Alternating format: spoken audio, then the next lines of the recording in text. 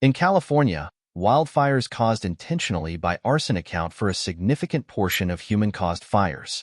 Here's a breakdown. Wildfire causes in California. Human-caused fires. According to CAL FIRE, California Department of Forestry and Fire Protection, about 85% of wildfires in California are caused by human activity. This includes arson, negligence, e.g., campfires, cigarettes, and infrastructure-related causes, e.g., power lines. Arson-specific fires.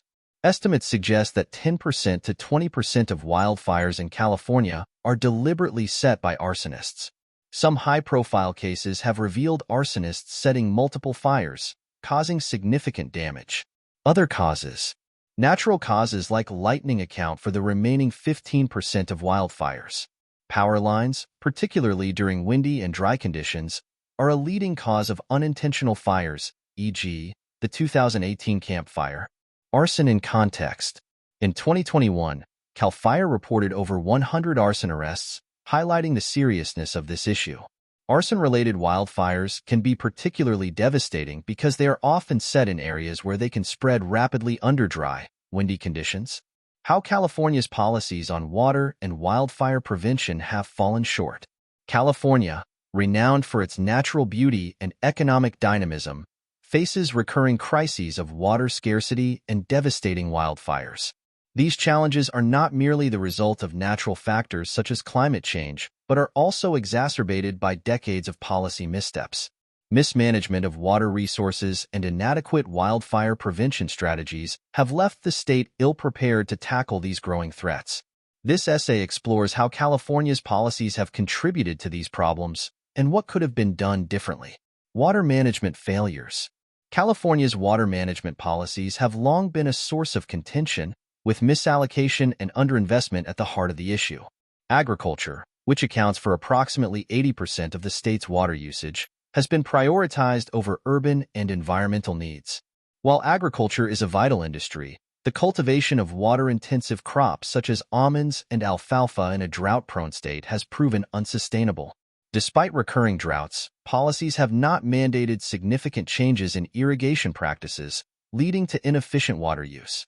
In addition to poor allocation, California's water infrastructure is outdated. Most of the state's reservoirs and delivery systems were built in the mid-20th century and are ill-equipped to handle the demands of a growing population and the increasing variability in rainfall patterns. Efforts to build new reservoirs or invest in groundwater recharge projects have been minimal, despite clear evidence of their necessity. During drought periods, over-reliance on groundwater pumping has led to severe land subsidence and long-term aquifer depletion, creating a ticking time bomb for future water availability. Environmental mandates have also sparked controversy.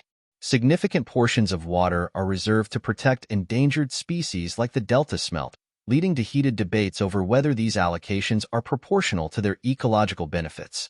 This tension highlights the difficulty of balancing environmental conservation with human needs in a state with finite water resources. Wildfire prevention shortcomings. California's wildfire prevention strategies have been similarly flawed. A key issue is the lack of effective forest management.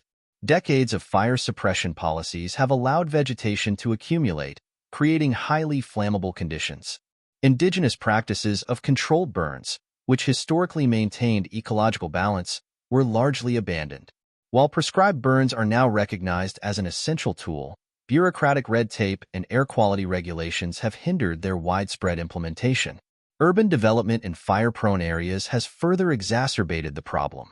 The expansion of the Wildland-Urban Interface, WUI, has placed homes and communities directly in the path of wildfires. Many of these structures lack fire-resistant materials, and inadequate fire breaks leave them highly vulnerable. Despite these risks, building codes in these areas have not been updated quickly enough to mandate fire-resistant construction. Underfunding of wildfire prevention efforts is another critical issue. Although the intensity and frequency of wildfires have increased, funding for proactive measures such as vegetation management and community fire breaks has lagged behind. Firefighting efforts remain largely reactive, focusing on suppression rather than prevention, which is a far more cost-effective and sustainable approach. The role of climate change and policy inaction. While natural factors like rising temperatures and prolonged droughts have undoubtedly contributed to California's crises, policy inaction has compounded their effects.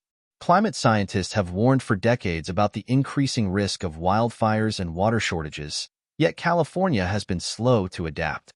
For instance, policies to capture and store water during wet years for use during droughts have been delayed or inadequately implemented. Similarly, the transition to renewable energy has been sluggish, despite its potential to mitigate the effects of climate change. Greenhouse gas emissions continue to contribute to warming trends, which exacerbate drought conditions and create ideal environments for wildfires. The lack of urgency in addressing these interconnected issues reflects a broader failure to plan for the long term. Political and bureaucratic challenges. California's policy failures are also rooted in political and bureaucratic complexities. Water and wildfire policies often become politicized, with debates over environmental conservation versus economic interests stalling meaningful action.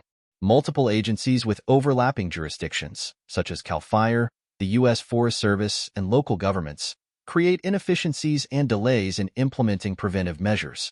Partisan politics further complicate the situation.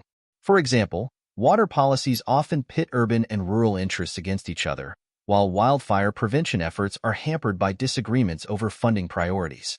This lack of coordination and consensus has left California vulnerable to recurring crises. What could have been done differently?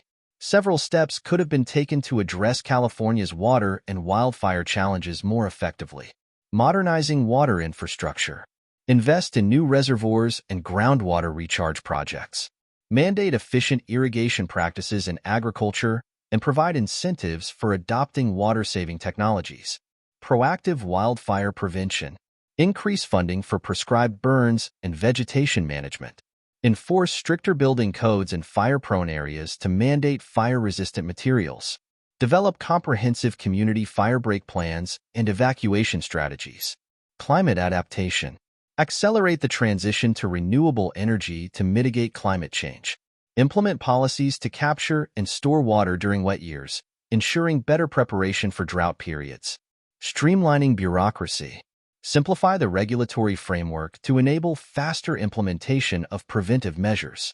Foster collaboration between federal, state, and local agencies to ensure coordinated action. Conclusion. California's struggles with water management and wildfire prevention are a cautionary tale of the consequences of policy inaction and mismanagement. While natural factors like climate change have played a role, decades of poor planning, underinvestment, and political gridlock have exacerbated these challenges. By adopting forward-thinking policies and prioritizing proactive measures, California can better prepare for the future and safeguard its people, economy, and environment. The time for action is long overdue.